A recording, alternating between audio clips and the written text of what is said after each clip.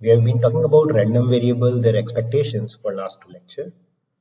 We also saw that given a random variable, remember that a random variable was a function from the sample space to real numbers.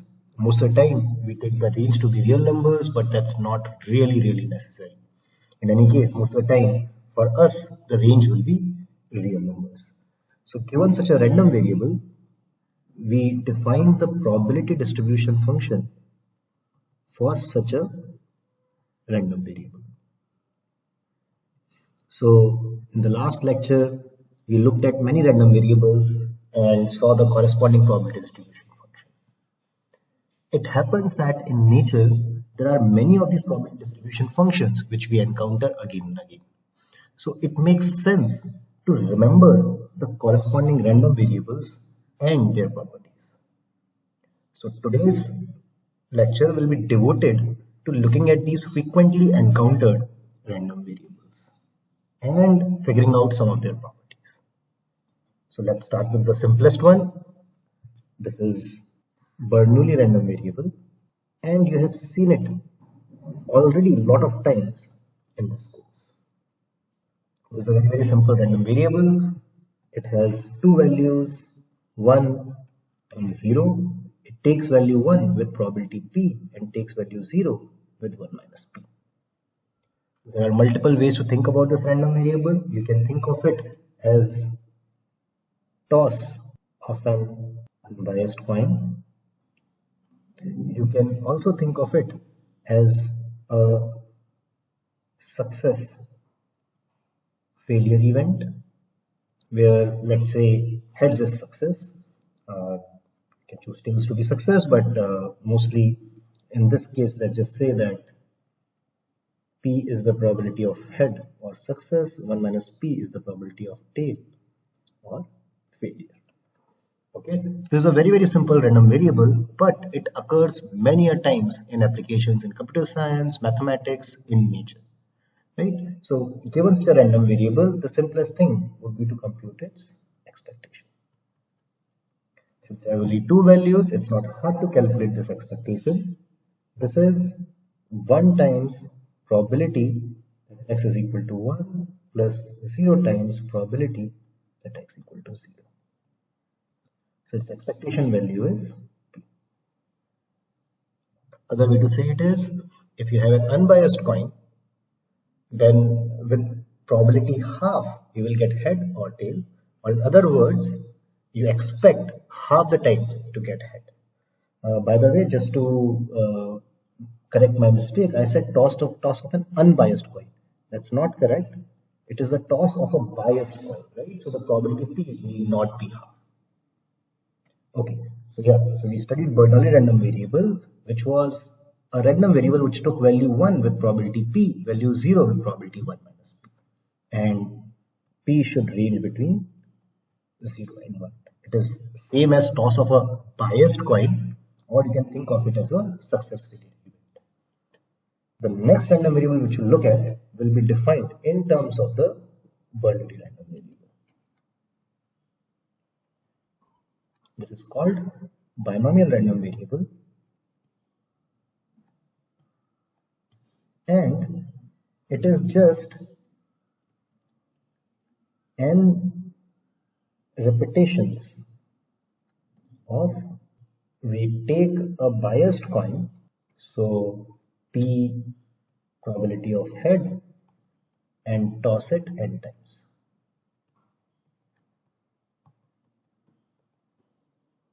So what is the random variable? The random variable xn denotes number of heads. In many of the situations, it is used as, you have a procedure where a success probability is p. If you do the procedure n times, then this counts the number of successes. First, we find out the probability distribution function for xn. So probability that xn is equal to k. So that means if I toss a coin n times, what is the probability that I get k heads? Pause the video and calculate this expression now. I think most of you can get this. there are n choose skip sequences where head appears in various forms, and the probability of one sequence appearing is p to the k 1 minus p n minus k. Given this probability distribution function, the expected value of xn is summation over k 0 to n k n choose k p to the k 1 minus p n minus k. You can apply some of the binomial coefficient identities, work on it slightly, and you will see that this becomes n times p. But actually, this expression could have been obtained very, very easily. Why? Let ti be the random variable which counts success at step I.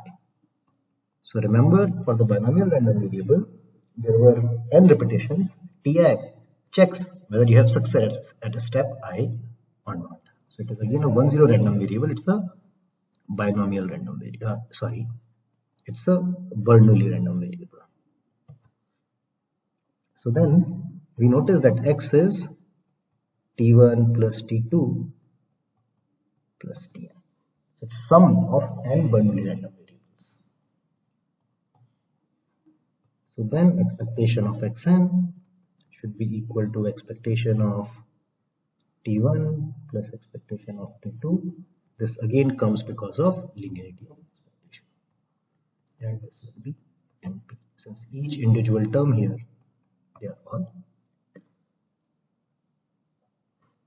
We define another random variable which is derived from Bernoulli random variable. It is called geometric random. And this is an example which we have seen before. To say it succinctly, we toss a coin, again a biased coin with probability p till we get head. Okay, so this coin is biased with probability p. It's a Bernoulli random variable with probability p, and you're tossing the coin till we get head. And our random variable x is the number of coin tosses.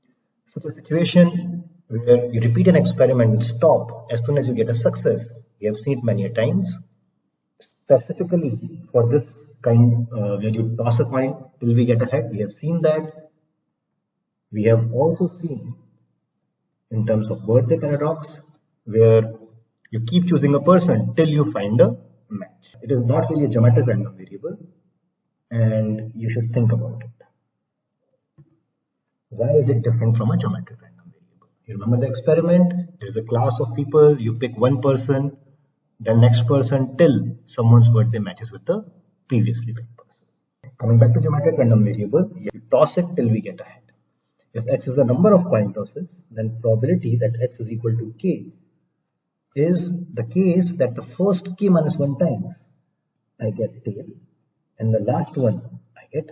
In this case, I can again calculate the expectation, which is k equal to 0 to infinity now, k p1 minus p k minus 1. Again, some amount of calculation shows that this is 1 by p. A simple corollary of this is that if you toss an unbiased coin, then on expectation on the second time you will get a head. So if the coin is unbiased, then p is equal to half. So that means the expected value is 2. Number of times you have to toss a coin till you get a head. Again, this is the expected value. This is not the value which you will get in every experiment. If you stop the experiment only after getting n successes or heads, this is called a negative binomial random, and you can try to calculate the expectation. So these were some of the discrete random variables before, and my claim is that you will keep seeing them in this probability theory a lot. So it's a good idea to remember these random variables. We will move on to some of the continuous random variables. which are also frequently in use. But before I start, what is a continuous random variable? From sample space to R. Now the sample space is going to be continuous. So we will just say that, let's say our X is from R to R to start with. It doesn't matter, but to simplify, I'm just keep it like this. And now you can ask, what is the probability of X equal to small x? And if you remember the discussion of our continuous probability, this is kind of 0. Another way to say it was that we were not able to define the probability distribution function for this case. And what we did was we defined probability of an interval. The correct quantity to look at in this case is called the probability density function. Okay, what is the probability density function? So if I want to find the probability that my x lies between a and b, I should be able to get it by integrating my probability density function. So f is a probability density function, and then the probability of x between a and b is equal to integrating from a to b fx dx. Okay, so if it was a probability mass function, then you sum it up. This is a probability density function which you integrate. And since it's a probability, then minus infinity to infinity fx dx should be equal to 1.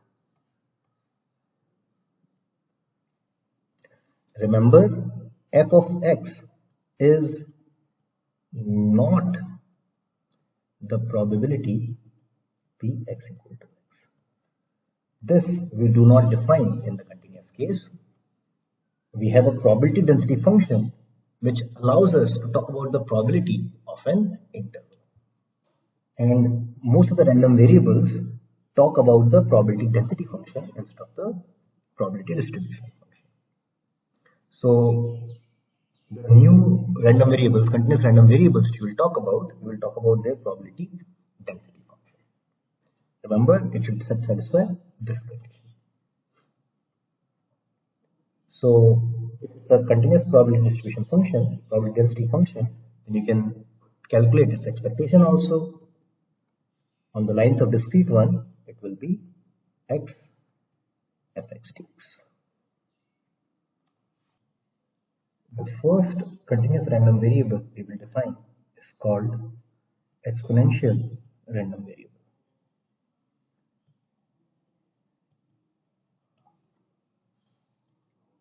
As we noticed just now, that to define a continuous random variable, we have to define its PDF, which is